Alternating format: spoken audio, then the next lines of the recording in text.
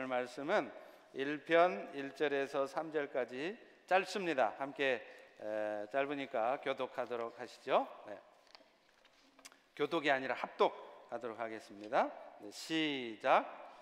복 있는 사람은 악인들의 꾀를 따르지 아니하며 죄인들의 길에 서지 아니하며 오만한 자들의 자리에 앉지 아니하고 오직 여호와의 율법을 즐거워하여 그의 율법을 주야로 묵상하는도다. 그는 시냇가에 심은 나무가 철을 따라 열매를 맺으며 그 잎사귀가 마르지 아니함 같으니 그가 하는 모든 일이 다 형통하리라. 아멘. 중국에 가면 집집마다 문에 붙여놓은 글자가 하나 있습니다. 바로 복, blessing, 복이라는 글자인데요. 근데 재밌는 것은 이 중국 사람들은 이 복자를 대부분 거꾸로 붙여 놓는다는 것입니다. 사진을 한번 보시죠. 자세히 보시면 저렇게 뒤집어서 붙여 놓는 거예요. 중국 사람들은 왜 복자를 거꾸로 붙여 놓을까요? 나름 이유가 있습니다. 제가 중국 선교사였다 보니까 조금 아는 체를 해야 될 것 같습니다. 원래 중국말로 하면 이 복이 도착했다라는 말이 푸다올라 이렇게 얘기를 합니다. 근데 재밌는 거는요, 이 복이 도착했다는 말과 복이 거꾸로 뒤집혔다는 말이 발음이 똑같다는 거예요. 똑같이 푸다올라입니다. 그래서 결국 복이 우리 집에 이미 도착해 있다, 우리 집은 이미 복이 들어와 있는 집이다 하는 의미에서 복자를 거꾸로 붙여놓는 겁니다. 이제 아시겠죠? 어찌됐든 복이 거꾸로 들어오건 바로 들어오건 오늘날 세상 사람들이 가장 좋아하는 말 중에 하나는 바로 복일 것입니다. 근데 사실은요, 세상 사람만 좋아하는 게 아니라 우리 그리스도인들도 이 복이라는 말을 참 좋아해요. 여러분, 우리가 gospel, 복음이라는 말을 할 때도 영어로는 아마 통역하기가 좀 힘드시겠지만 이 복음이라는 말 자체에도 벌써 복자가 들어가 있지 않습니까? 그래서 우리는 복음을 전할 때도 어떻게 전하시죠? 예수 믿고 복 받으세요, 이렇게 한단 말이죠. 근데 문제는 세상 사람들이나 심지어는 우리 그리스도인들에게조차도 그 복의 의미를 세상적인 의미로 받아들인다는 겁니다. 그러다 보니까 나도 정말 교회 다니면 세상에서 잘 되는 일이 생길까 하는 그런 마음을 갖고서 교회도 나와 보고 예배도 드려봅니다. 그러나 그게 그렇게 됩니까? 막상 교회를 나와서 신앙생활을 해도 생각대로 되지 않죠. 그러면 어느 순간서부터 이제는 더 이상 교회 나오는 게 재미가 없어요. 그래서 결국은 그렇게 흐지부지 신앙생활 하다가 어느 순간 다시 교회를 떠나는 것입니다. 이것은 그분들이 예수 믿어 복을 받는다고 할 때 그 복의 의미가 도대체 무엇인지를 잘 모르기 때문에 겪게 되는 일이에요. 오늘 우리는 과연 성경에서 복은 무엇이라고 말을 하는지, 그리고 그 복을 받은 우리들은 오늘 또 어떻게 축복 가운데 살아가야 하며 또 살아가게 될 것인지를 한번 살펴보려고 합니다. 여러분, 오늘 성경 본문인 시편에서도요, 가장 먼저 복 있는 사람은 하고 복 있는 사람에 대한 말씀으로 시작을 하고 있습니다. 우리 다 같이 1절 앞부분만 같이 한번 읽어봅니다. 시작. 복 있는 사람은, 우리는요, 복 있는 사람하고 부르면 주변을 두리번거려요. 왜냐하면 자기는 아무리 봐도 복 받은 사람 같지가 않은 것 같거든요. 나는 남편 복도 지지리도 없어서 돈은 쥐꼬리만큼 벌어다 주면서 잔소리는 엄청나게 해대는 그런 남편하고 살고 있어. 그러니까 나는 예수를 믿어도 복도 지지리도 없는 삐여, 이런 얘기를 한단 말입니다. 그러나 여러분, 성경에서 말하는 복은 우리가 생각하는 복과는 좀 차이가 있습니다. 우리는 보통 복하면 세상에서 잘 되는 걸 먼저 생각해요. 맞습니다. 물론 여러분도 신앙생활 잘 해가시면 하나님께서 뜻하지 않게 축복된 일들이 생기게도 하세요. 그렇지만 여러분, 그것이 성경에서 말하는 진짜 복은 아닙니다. 원래 성경에서 말하는 복은 히브리어로요, 뜻이 뭐냐면 똑바른 길로 나아간다, 그런 뜻이에요.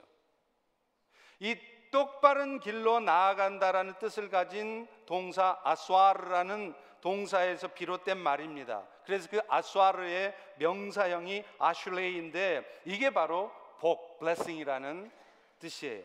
그렇기 때문에 복이라는 것은 여러분들이 얼뜻 생각하는 것처럼 그저 세상 것 많이 챙기게 되는 것, 그래서 예수 믿어 복 받는다 그러면 예수만 믿으면 세상 것 다 잘 된다, 이런 얘기가 아니란 말입니다. 복이라는 것은 뭐냐면 인생에서 마땅히 가야 될 길을 똑바로 가게 되는 것을 말하는 것입니다. 성경에서는 물론 이것을 하나님께 나아가는 것이라고 말하고 있습니다. 왜냐하면 온 우주와 우리 인생들을 창조하신 분이 바로 하나님이시기 때문에 그렇습니다. 그래서 오늘 우리는 그 하나님을 떠나서는 아무것도 살 수 없어요. 하나님을 향한 삶을 살지 않으면서 우리 인생이 제대로 펼쳐지고 우리 인생이 잘 되리라고 절대로 기대할 수가 없는 것입니다.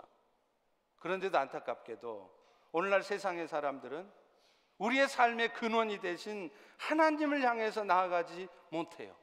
그러고서 그저 열심히 노력해서 내가 최선을 다해서 살면 나는 이 땅에서 행복해질 수 있다, 그렇게 생각하고 살아간다는 것입니다. 그러나 우리의 삶의 근원이 되신 하나님을 떠나서 사는 삶은 내가 아무리 오늘 또 열심히 노력하고 살아도 하나님이 뜻이 무엇인지 관심도 없고, 하나님은 나를 향해서 어떤 계획을 갖고 계신지 생각도 안 하면서 그저 오늘 또 내 욕심 이루기 위해서 내 계획대로 내 뜻대로 내 인생을 열심히 살려고 하면 절대로 그 인생은 잘 될 리가 없습니다. 결국 다가오는 것은 파멸과 고생뿐이에요. 사실 오늘날 세상 사람들이 살아가면서 겪는 모든 종류의 아픔과 슬픔과 낙심스러운 일, 이것들도요, 알고 보면 다 하나님을 떠나서 내 욕심껏 살아가다가 겪게 되는 결과일 뿐입니다. 죽음의 현상일 뿐이에요. 그렇다면 도대체 우리는 어떻게 하나님 앞에 나아갈 수 있을까요? 성경은 분명하게 선언합니다. 하나님께 나아가기 위해서는 예수 그리스도의 은혜가 필요하다고 분명히 선언하고 있어요. 요한복음 14장 6절에 보면 예수님도 이렇게 말씀합니다. 내가 곧 길이요 진리요 생명이니 나로 말미암지 않고는 아버지께로 갈 자가 없다는 거예요. 여러분, 우리는 예수님을 통해서만 하나님을 알 수 있습니다. 그 예수님을 통해서만 하나님 앞에 나아갈 수 있고, 예수님을 통해서만 우리는 똑바른 인생을 살아갈 수 있는 것이에요. 그렇기 때문에 오늘날 우리 주변에 예수님을 통하지 않고 말하는 하나님, 그 하나님은 진짜 하나님 아닙니다. 예를 들면 우리 주변 여러분 여호와의 증인들 보시잖아요. 여호와의 증인들이 뭘 증거하는 거예요? 자기들이 하나님을 증거한다는 거예요. 그러나 여호와의 증인들이 증거하는 하나님은 우리가 믿는 진짜 하나님이 아니에요. 왜일까요? 그들은 예수님을 통해서 하나님을 알게 된 게 아니기 때문에 그렇습니다. 실제로 복이라는 단어가 성경에 쓰여진 예들을 보면 복이라는 것이 무엇인지가 더 분명해져요.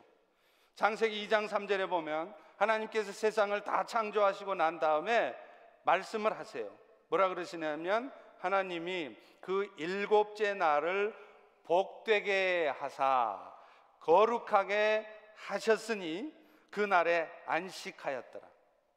이 말씀을 보면 복이 뭐냐? 결국은 거룩해 되는 일이에요. 그래서 하나님이 주시는 그 안식에 들어가는 것, 이게 복이라는 거예요. 그런데 문제는 제가 수도 없이 여러분들에게 말씀을 드렸듯이 이 거룩이라는 것이 우리 힘으로, 여러분의 노력으로 이루어낼 수 있는 게 아니라는 것이죠. 왜 그렇습니까? 오늘 우리 안에는 모두가 다, 저나 여러분들이나 예외 없이 죄악된 본성들이 다 있어요. 그래서 겉으로는 지금 이 시간에도 점잖은 척, 착하게 산 척, 거룩한 척 하고 계시지만 여러분의 마음속에는 순간순간 죄 지을 생각밖에 할 수 없는 그런 죄성이 있다는 것입니다. 그렇기 때문에 그런 우리들이 어느 누구도 자기 힘으로 하나님 앞에 거룩하다 인정받을 만한 그런 거룩을 이뤄낼 수 없는 것입니다. 그래서 하나님께서 하신 일이 뭡니까? 그런 우리들이 하나님 앞에 거룩한 자가 되도록 은혜를 베풀어 주셨죠. 바로 죄가 없으신 예수님으로 하여금 우리 대신 죄의 대가를 치르게 하신 거예요. 그래서 그분의 대속적인 죽음, 우리의 죄를 대신 치르는 그 죽음을 통해서 우리의 죄의 문제가 해결되게 하셨고, 그 예수님의 은혜를 입은 사람만 하나님 앞에 나아갈 수 있고 하나님을 알게 되고 똑바른 인생길을 살아갈 수 있게 하신 것입니다. 결국 복 있는 사람이라는 것은 세상에서 잘 되는 사람을 말하는 게 아니라 예수님을 통해서 똑바르게 인생길을 살아가는 사람, 하나님 앞에 거룩한 자로 인정받은 사람, 바로 오늘 이 자리에 앉은 여러분 모두가 바로 복 있는 자입니다. 여러분이 지금 현재 돈을 많이 벌고 있든지 그렇지 않든지, 여러분이 현재 육신이 건강하든지 건강하지 않든지, 오늘도 여러분이 예수님을 통해서 하나님을 향한 삶을 살고 계신다면 여러분은 지금 다 복 있는 사람이에요. 열심히 예수 믿더니 사업에 큰 축복받은 김집사만 죽을 병 걸렸다가 놀라운 하나님의 은혜로 건강을 회복한 이 집사만 복 있는 사람이 아니라 한 사람도 빠짐없이 이 자리에 앉은 여러분 모두가 다 복 있는 사람입니다. 우리 다 같이 따라서 한번 해보겠습니다. 내가 복 있는 사람이다. 까불지 마. 너 말고. 그렇다면 이제 예수로 말미암아 복을 얻게 된 성도들은 어떤 삶을 살 때 실제로 복 있는 자의 삶을 살게 되는 것일까요? 오늘 본문은 그것을 소극적인 의미와 보다 적극적인 의미 두 가지로 설명을 하고 있습니다. 가장 먼저 소극적인 의미에서 복 있는 사람의 모습이 1절에 나와 있어요. 우리 다 같이 1절을 같이 읽습니다. 시작. 복 있는 사람은 악인들의 꾀를 따르지 않고 죄인들의 길에 서지 않고 오만한 자들의 자리에 앉지 아니하고. 여러분, 여기서 악인들이라는 단어는 히브리어로 레스와임이라는 단어를 씁니다. 그 뜻이 뭐냐면 하나님 말씀대로 살지 않고 자기 욕심대로 사는 자라는 말이에요. 자기 생각대로, 자기 계획대로 인생을 사는 사람이 악한 사람입니다. 죄인이라는 단어도 마찬가지예요. 무슨 살인죄 짓고 무슨 사람 죽이고 간음하고 그것만이 죄인이 아니라, 죄인이라는 단어가 히브리어로 하타임이라는 단어인데 그 뜻이 뭐냐, 길을 잘못 들어서 옆길로 빠진 자예요. 그러니까 내가 지금 사람 안 죽였어도, 여러분이 간음 안 했어도 내가 똑바로 가야 될 하나님을 향한 길을 가고 있지 않으면 여러분은 지금 죄인의 길을 가고 있는 것입니다. 따라서 악인들의 꾀에 빠지고 죄인들의 길에 들어선다는 말은 오늘도 인생 열심히 살지만, 꽤나 제법 열심히 살고 있지만 하나님의 뜻을 따라 살지 않고 여전히 내 생각대로, 세상을 향한 내 욕심대로 살고 있는 것을 말해요.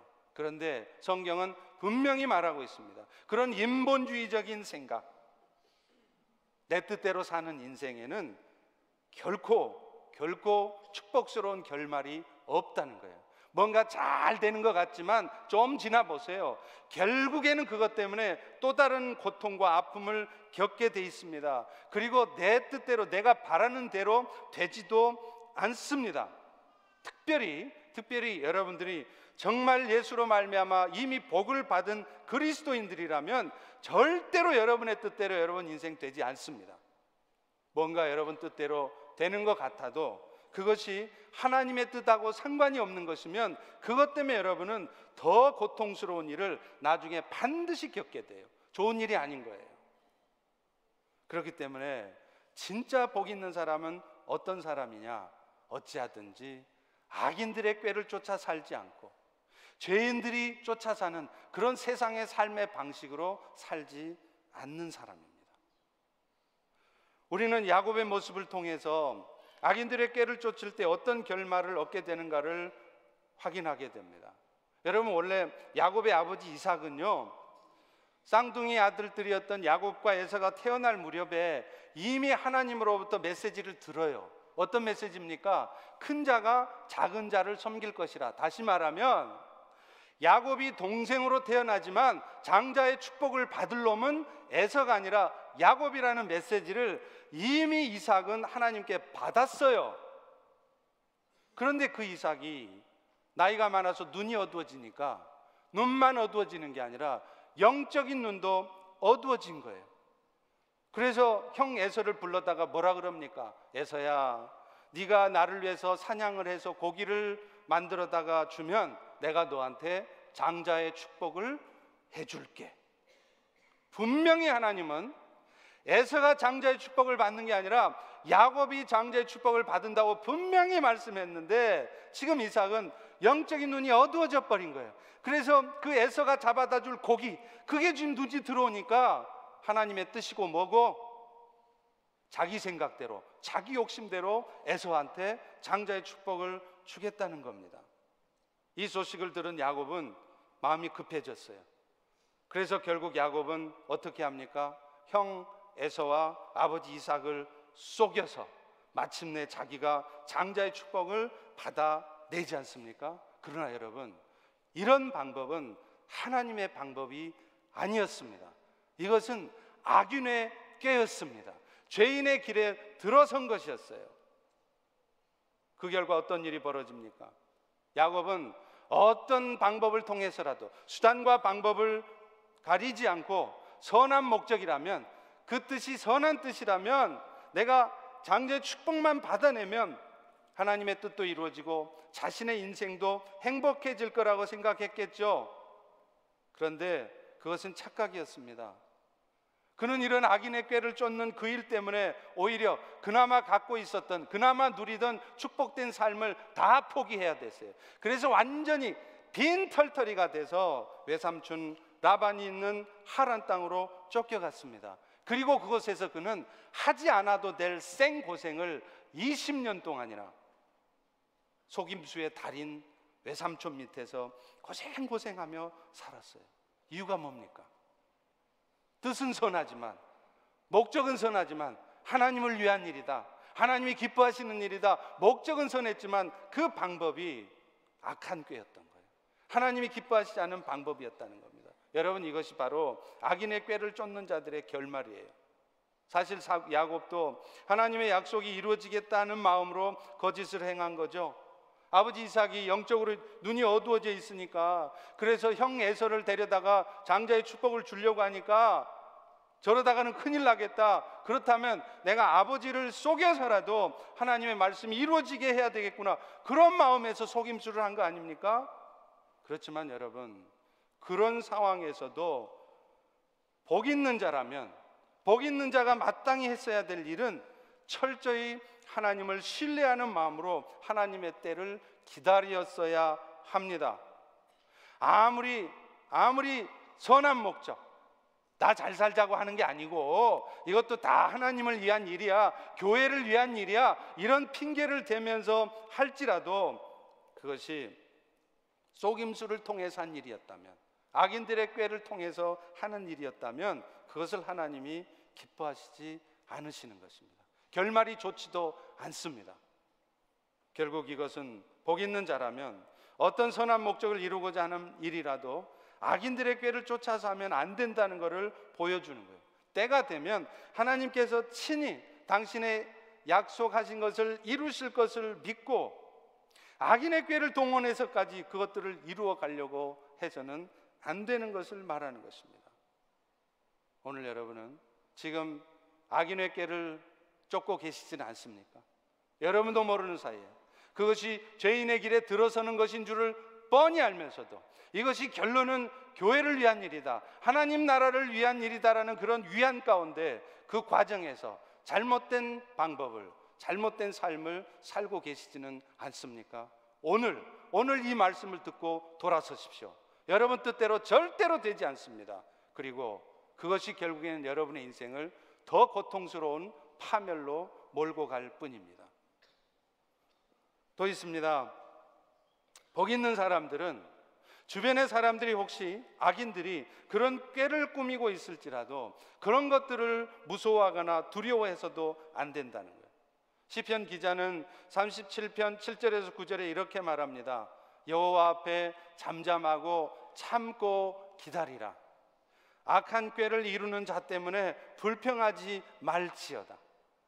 분을 그치고 노를 버리며 불평하지 말라. 오히려 그런 불평하고 그런 분을 내는 모습은 또 다른 악을 만들어내는 것뿐이라. 진실로 악을 행하는 자는 결국은 끊어질 것이고 잠시 후에는 악인의 꾀가 없어지리니 네가 그 악인이 어디 있는지 살펴볼지라도 찾을 수 없을 것이다. 이렇게 말해요. 여러분, 악인의 꾀는 결국은 끊어지게 돼 있습니다. 그러니 우리 복 있는 사람들은 악인의 꾀를 도모하지도 말아야 되고 그런 악인의 꾀 앞에서 두려워하지도 않아야 됩니다. 악인의 꾀 때문에 그것 때문에 분을 내고 여러분들이 불평을 하고 있으면 그것은 여러분이 또 다른 악을 만들고 있는 거예요.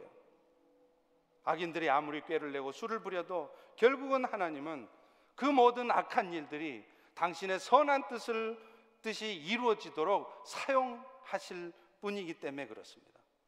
여러분, 우리는 예수님을 통해서, 예수님의 십자가의 죽으심을 통해 너무나 잘 보고 있지 않습니까? 사탄은 로마 사람들의 마음을 움직여서 악을 꾸몄습니다. 그래서 인류의 구원의 뜻을 이루려고 하는 예수님을 십자가에 죽였어요. 그러나 하나님은 오히려 그 사탄의 역사로 말미암아 생겨진 그 일을 통해서 오히려 이 인류를 향한 구원의 계획을 이루어내셨지 않습니까? 어떤 악인의 꾀가 있어도 우리 하나님은 그 모든 악인의 꾀를 돌려서 당신의 선한 뜻을 이루는 데 사용하시는 하나님이세요. 저는 우리 북한 지하교회 성도들을 보면 그런 하나님의 의도를 읽을 수 있습니다. 사탄은요, 김정은을 비롯해서 북한의 그 위정자들의 그 마음을 아주 악하게 만들어서 얼마나 지금 북한의 백성들이 힘들게 살고 있습니까? 또 북한 지하교회 성도들은 얼마나 고통스러운 삶을 살고 있어요. 그런데 우리 하나님은 그런 악한 자들의 악행을 통하여서 오히려 이 마지막 때에 이 세상을 향한 당신의 뜻을 이루고 계신단 말이에요. 여러분 보세요. 지금 아이시스나 이슬람권의 그 사람들 보십시오. 알카에다, 탈레반, 생명을 바쳐서 자기들 말로 선교를 하는 사람들이에요. 목숨 내놓고 폭탄 테러 하잖아요. 그런데 그런 이슬람 전사들 앞에서 자기 생명 두려워하면서 자기 생명 아끼면서 선교하는 기독교 선교사들로 그게 게임이 되겠어요? 그런데 북한 지하교회 성도들은 이미 예수님 때문에, 신앙생활 때문에 목숨을 다 내놓은 사람들이에요. 그 죽음의 위협을 넘은 사람들입니다. 그 사람들만이 이슬람권에 가서도 생명 내놓고 선교할 수 있는 것입니다. 하나님은 지금 이 마지막 때, 그런 이 마지막 때 진짜 그리스도의 정의 군사를 만드시려고 지금 그 북한의 상황들을 이용하는 것입니다. 오늘 마찬가지로 오늘 여러분의 인생 중에도 누군가 악인들의 꾀 때문에 많이 힘들어 하시는 분 계십니까? 여러분의 인생이 참 어려우신 분들이 계세요. 실망하지 마십시오. 포기하지 마십시오. 찬송가 150장의 가사처럼 빛난 면류관 받을 때까지, 최후 승리를 얻을 때까지 끝까지 십자가를 붙들고 나가십시오. 그러면 우리 주님께서 여러분들로 하여금 반드시 최종적인 승리를 얻게 하실 것입니다. 복 있는 자의 또 하나의 모습이 있습니다. 그것은 오만한 자리에 앉지 않는다는 거예요. 오만한 자라는 것은 히브리어로 레침이라는 단어를 써요. 그 뜻이 뭐냐면 조롱하는 자, 비웃는 자, 그런 뜻입니다. 참 이상하게 해요. 세상뿐만 아니라 심지어는 교회 안에서조차도요, 철저히 하나님을 신뢰하고 하나님의 말씀대로만 살아가려고 하는 사람들을 조롱하고 비웃는 사람들이 있어요. 신앙생활 적당히 해라. 그 말씀대로 한다고 되니? 그런데 여러분 그것은 자신을 의지하고 자신을 믿고 사는 삶이에요. 그렇지만 진짜 복 있는 사람들은 스스로의 한계를 알기 때문에 결국에는 하나님 앞에 겸손한 마음으로 자신을 낮추고 그분의 도우심을 구하며 살게 되어 있습니다.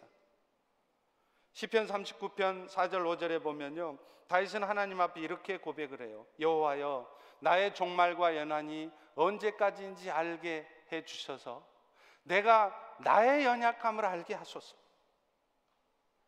주께서 나의 날을 한 뼘 길이만큼 되게 하심에 내 일생이 주 앞에는 없는 것 같은데, 사람들은 그가 든든히 서 있는 때에도 자기가 든든한 인생 살고 있다고 생각한다네. 그러나 그게 허사다라고 말을 합니다.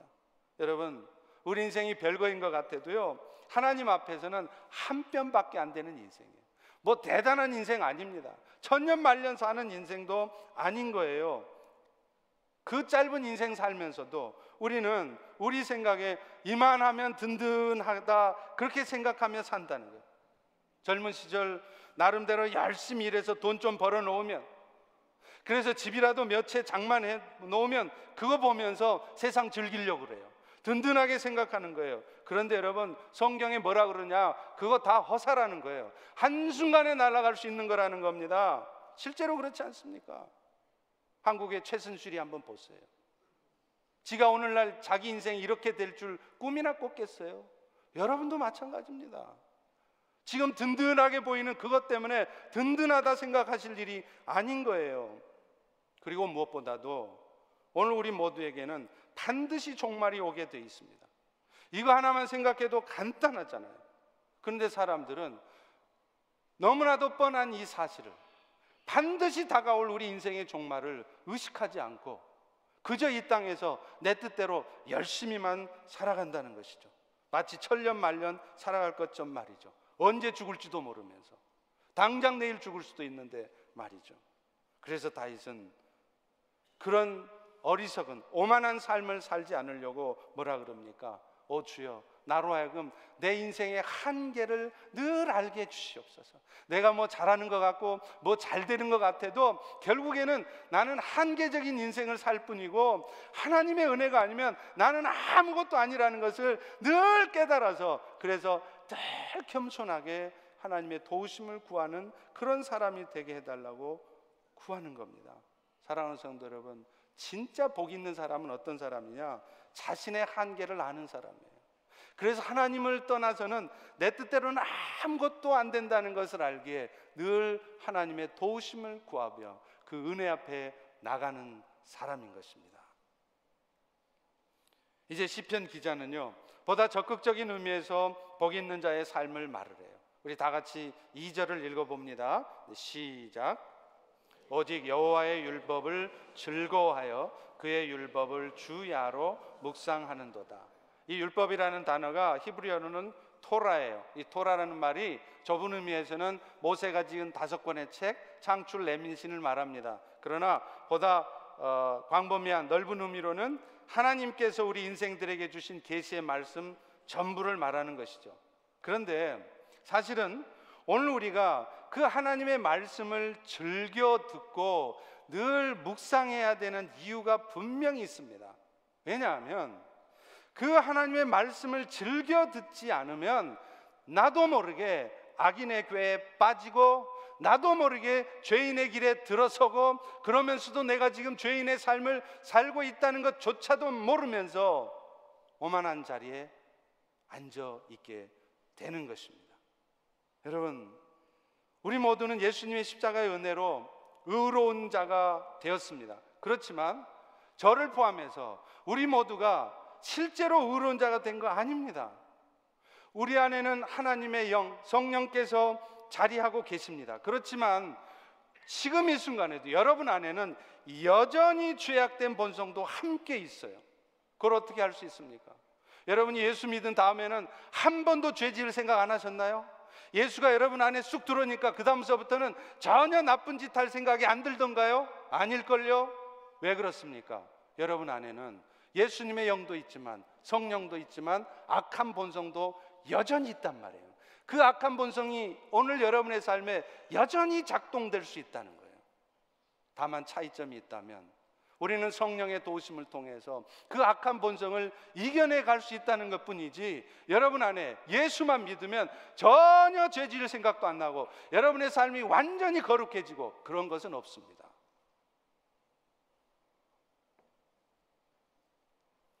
그렇기 때문에 우리는 아무리 십자가의 은혜를 입은 자라도요, 하나님의 말씀을 통해 늘 내 삶을 돌아보지 않고 성령님의 도우심을 통해서 죄악된 본성을 이겨내 나가지 않으면 여러분도 한 사람도 예외 없이 다 악인의 꾀에 빠집니다.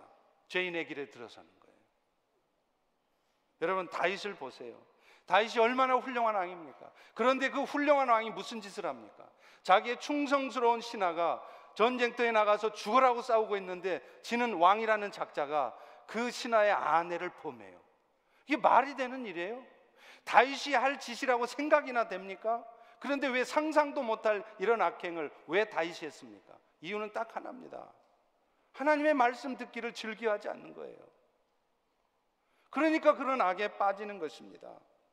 그렇다면 여호와의 율법을 즐거워한다는 말씀은 무슨 말일까요? 즐거워하다는 단어가 히브리어로는 헤페추라는 단어인데 사랑하다, 기뻐하다 그런 뜻이에요. 결국 그 뜻은 하나님의 말씀을 너무 사랑해서 어떻게 하면 어떤 상황에서도 그 말씀을 들을 수 있을까 하고 온통 마음이 거기에 사로잡혀 있는 것입니다. 마치 남녀가 서로 사랑에 빠지면 어떻게 하면 상대편의 목소리를 들을 수 있을까 관심을 갖게 되는 것과 같아요. 여러분들도 그러셨겠지만 저도요, 이렇게 촌스럽게 생겼어도 저도 한때는 지금 아내하고 열렬히 사랑하던 시절이 있었습니다. 여러분도 그러셨겠죠? 신학대학원 다닐 때는요, 학교 기숙사에 있는 공중전화로는 사람들이 많아서 통화를 오래 할 수 없어요. 한 10분만 하면 뒤에서 난리가 아니에요. 그래서 아내와 통화를 하려고, 사랑하는 연인과 통화를 하려고 세상에 30분을 걸어 나갑니다. 그래서 전화를 해요. 그것도 일부러 저녁 늦게 나가요. 왜냐하면 그 저녁 늦게 나가야 전화하는 사람이 없으니까 그렇습니다. 저는 원래 저녁 9시만 되면 벌써 잠이 오는 그런 사람이에요. 초저녁 잠이 많아요. 그런데 그 전화하려고, 사랑하는 여인의 목소리를 듣고 싶어서 억지로 11시까지 참고 버티는 거예요. 특별히 그 학교 앞에 있는 파출소 앞에, 경찰서 앞에 공중전화는 아무도 없어. 왜 그런지 모르겠어요. 그래서 거기서 전화를 하면 보통 1시간 넘게 통화를 했습니다.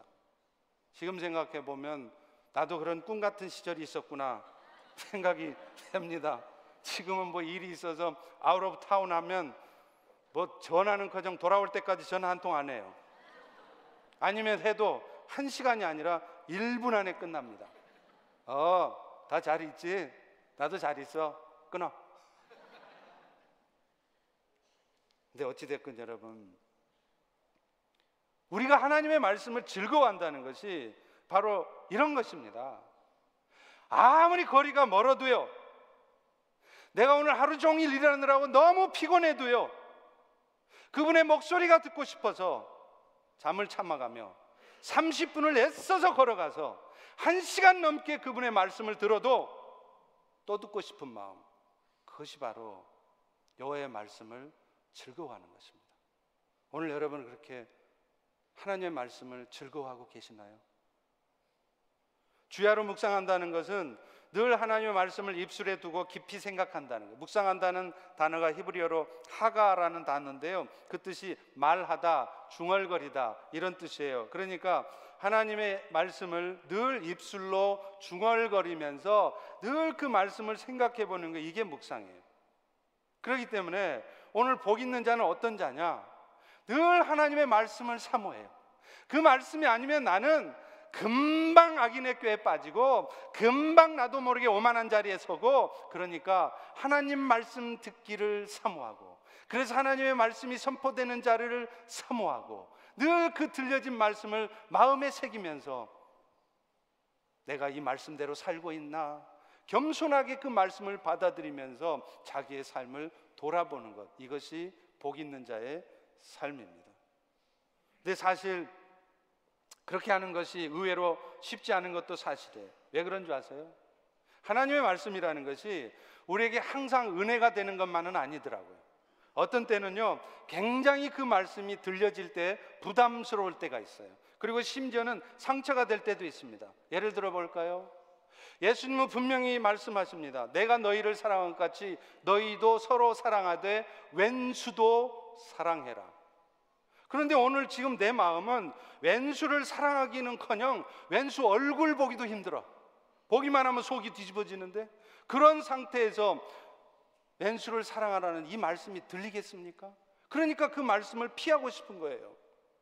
그런데 여러분, 하나님께서 말씀을 통해 우리의 마음에 찔림이 있게 하시는 것은 결국은 우리로 하여금 무엇이 잘못된 삶인지를 정확하게 분별하게 하고, 그래서 그 잘못된 삶에서 우리의 삶이 돌이켜지게 하시려고 하는 겁니다. 그렇기 때문에 그 찔림 받기가 싫어서 여러분이 하나님 말씀 듣기를 좋아하지 않게 된다면 결국에는 여러분은 자신도 모르는 사이에 사탄의 유혹에 넘어가게 돼 있습니다. 자신도 모르게 악인의 꾀에 빠지게 돼 있어요. 그래서 어느 순간 나도 모르게 오만한 자리에 앉아 있는 것입니다. 근데 반대로 하나님의 말씀 듣기를 즐겨하잖아요. 그러면 그 말씀이 때로는 내 마음에 굉장히 찔림으로 다가와요. 너무 막 가슴 아프고 힘들어요. 그렇지만 그래도 계속 그 말씀을 듣고 있을 때 어떤 현상이 생기느냐? 점점 내 마음속에 어둠이 사라지기 시작합니다. 그리고 우리의 삶이 종국으로는 회복되게 되는 거예요. 히브리서 4장 12, 13절에 말씀합니다. 하나님의 말씀은 살아있고 활력이 있어서 우리의 혼과 영과 골수를 찔러 쪼개기까지 하고 내 마음의 깊은 악을, 어둠을 다 드러나게 한다는 거예요. 하나님의 말씀은 그 자체에 생명력이 있습니다. 그 생명력 있는 말씀이 우리 귀에 들려지면 그 말씀이 여러분의 영혼을 구석구석을 다 파헤치고 돌아다녀요. 그래서 여러분도 모르게 가슴속 깊이 있었던 아무도 모르는 질투하는 마음, 시기하는 마음, 그 마음을 다 드러내버리는 거예요. 아무도 모르게 여러분 마음속에 있는 세상을 향한 욕심, 아무도 모르는 음탕한 마음, 더러운 마음, 그런 마음들이 다 드러나게 만들어요. 그것이 말씀의 능력인 것입니다. 그렇기 때문에 진짜 복 있는 사람은 어떤 사람이냐? 그 말씀을 통해서 내가 악인의 꾀를 쫓지 않게 될 수 있도록, 나도 모르게 오만한 상태에 빠지지 않을 수 있도록 하나님의 말씀을 듣기를 즐겨하고 그 말씀을 늘 마음속에 담아두는 사람이에요.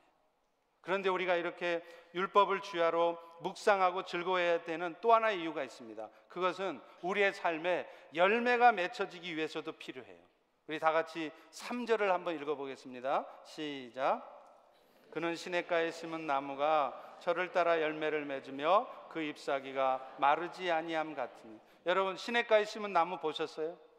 시냇가에 심은 나무는요, 어떤 가뭄에도 마르지 않습니다. 왜냐하면 시냇물을 통해서 계속 수분을 공급받기 때문이죠. 그리고 마침내 때를 따라 열매를 맺어요. 마찬가지로 복 있는 여러분들은 시냇가의 나무처럼 그렇게 마르지 않을 수 있고 열매를 맺을 수 있다는 겁니다. 왜 그럴까요? 그 여호와의 율법을 늘 즐겨 들으면 그 말씀들이 여러분들로 하여금 열매 맺는 삶을 살도록 여러분의 삶을 이끌어주기 때문에 그래요. 연약해서 할 수 없는 것을 여러분들로 할 수 있도록 여러분을 도와주기 때문에 그렇습니다. 요한복음 15장 5절 8절에도 예수님이 이렇게 말해요. 나는 포도나무여 너희는 가지니 너희가 내 안에 내가 너희 안에 거하면, 하나님의 말씀이 우리 안에 거하면 어떻다고요?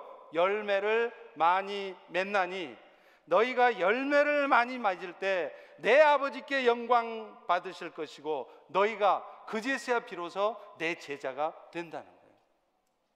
여러분, 연탄의 사명을 아세요? 연탄에는 두 가지 사명이 있어요. 하나는 자신의 몸을 열심히 태워서 주변을 따뜻하게 해주는 건데요, 또 하나가 더 있어요. 자신을 다 태울 무렵에 또 다른 연탄에 불을 붙여주고 죽어야 돼요. 근데 만약에 연탄이 지 혼자 열심히 타고 지 혼자 장렬하게 그냥 전사해, 그러면 여러분 이거 연탄이 아니에요. 다른 연탄에 반드시 불을 붙여줘야 됩니다. 우리 성도들도 마찬가지예요. 나 혼자 예수 잘 믿고 살다 천국 가면 그뿐인 것이 아닙니다. 아직도 하나님을 알지 못해서 고통받는 사람들, 이슬람 나라의 수많은 사람들, 아프리카의 사람들, 중국, 북한의 사람들, 그들에게 복음을 전할 수 있어야 돼요. 그 복을 전해야 됩니다. 그럴 때 하나님께서 영광 받으시고, 그런 여러분의 삶을 통해 여러분이 바로 제자라는 증거가 된다는 거 아닙니까? 오늘 여러분은 지금 그 그리스도의 제자로 살고 계십니까? 그런데 이런 일이 어떨 때 일어난다고요? 여호와 율법을 즐거워하고 있을 때. 왜냐하면 자신에게 그런 사명이 있다는 것을 알지 못하다가도 하나님의 말씀을 들으면 깨닫는 거예요. 그렇지, 내가 이렇게 살 때가 아니지. 또 자신도 모르게 악인의 꾀에 빠져서 있다가 하나님의 말씀을 들으면서 이게 지금 잘못된 삶이구나, 내가 이런 삶의 태도를 고쳐야 되겠구나 깨닫는다는 거예요. 그리고 무엇보다도 그렇게 하는 것이 고통스럽고 힘든 일인 줄은 알지만 열매를 맺기 위해서라면 내가 기꺼이 희생해야 되겠구나 하고 결단할 수 있기 때문에 그렇습니다. 그래서 마침내 여러분의 삶을 통해 하나님이 영광 받으시는 일이 생기기 때문에 그런 것입니다. 이런 은혜가 여러분 모두에게 있기를 축원합니다. 우리 다 일어나셔서 같이 찬양하겠습니다.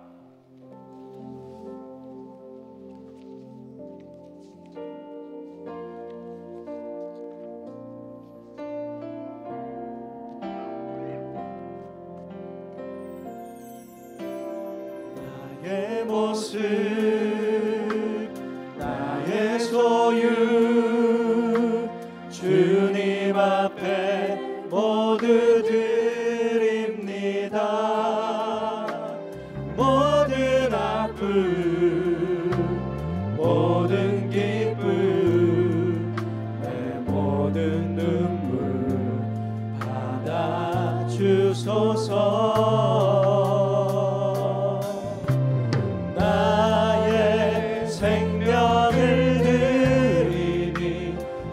영광 위하여 사용하옵소서.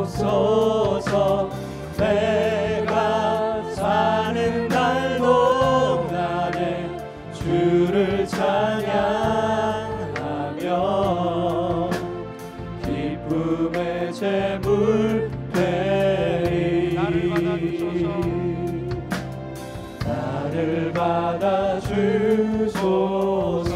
어제 일과 내일 일도, 어제 일과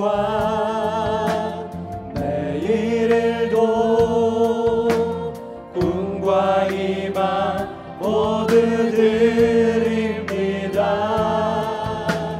모든 소망, 모든 계획, 내 손과 마음 받아주소서. 나의 생명을 주 영광 위하여 드립니다. 나의 생명을 드리니 주 영광 위하여 사용하옵소서. 내가 사는 날 동안에 주를 찬양하며 기쁨의 제물 되리. 나를 받아주소서.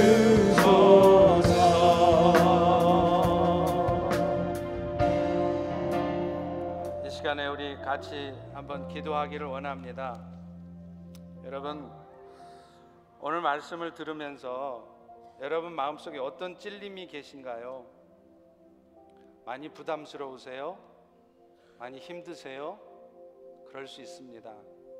그러나 그것이 사실은 우리에게 하나님이 복 있는 자가 되게 하시려고 하시는 일입니다. 우리의 육체의 본성은 어찌하든지 우리 편할 대로, 내 마음 상하지 않는 대로 그렇게 살아가려 하게 돼 있습니다. 그렇기 때문에 우리에게 늘 여호와의 말씀이 필요한 것입니다. 오늘 선포되어진 말씀을 들으면서 그렇습니다. 나도 모르게 악인의 꾀를 쫓았습니다. 나도 모르게 죄인의 길에 들어서고 있습니다. 그러신 분 계시거든. 이 시간 회개하십시오. 여러분이 지금 그 잘못된 삶을 돌아서지 않으면 여러분들의 삶에 어떤 일이 벌어질지 아무도 모릅니다. 그것이 결코 내 인생의 축복이 되지 않습니다. 지금은 좋은 것 같지만 나중에는 더 큰 어려움을 겪게 될 날이 반드시 와요. 여러분 마음속에 오늘도 여호와의 말씀을 사모하고 즐거워하는 마음이 있으십니까? 만약 그런 마음이 지금 없으시다면 지금 여러분의 영적인 삶에 빨간불이 켜진 겁니다. 예외가 없어요. 내가 어떤 이유에서건 하나님 말씀 듣기가 별로 즐겁지 않다면 지금 여러분의 삶에는 영적인 빨간 신호등이 켜진 겁니다. 이 시간 우리 기도할 때 그렇습니다. 하나님만이 하실 수 있는데 오늘 이 시간 내가 그 악인의 길 또 죄인의 길에 빠져 있었습니다. 이런 잘못된 삶을 돌이키길 원하오니 연약한 나를 도와주시옵소서. 성령께서 이 시간 내 마음에 다시 한번 만져주시고 또 내 마음을 위로해 주시고 힘을 주셔서 이제 결단하고 여호와의 말씀을 늘 사모하는 마음으로, 그래서 그 말씀의 능력으로 열매 맺는 삶이 되도록 오 주님 나를 도와주시옵소서. 우리 다 같이 동성으로 한번 기도하겠습니다. 아버지 하나님, 주님 도와주시옵소서. 나의 생명을 드리니 주 영광 위하여 사용하옵소서. 내가 사는 날도 주를 찬양하며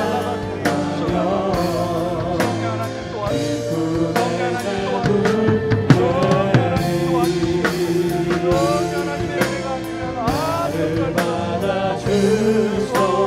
나의 생명을 드리니 주 영광 위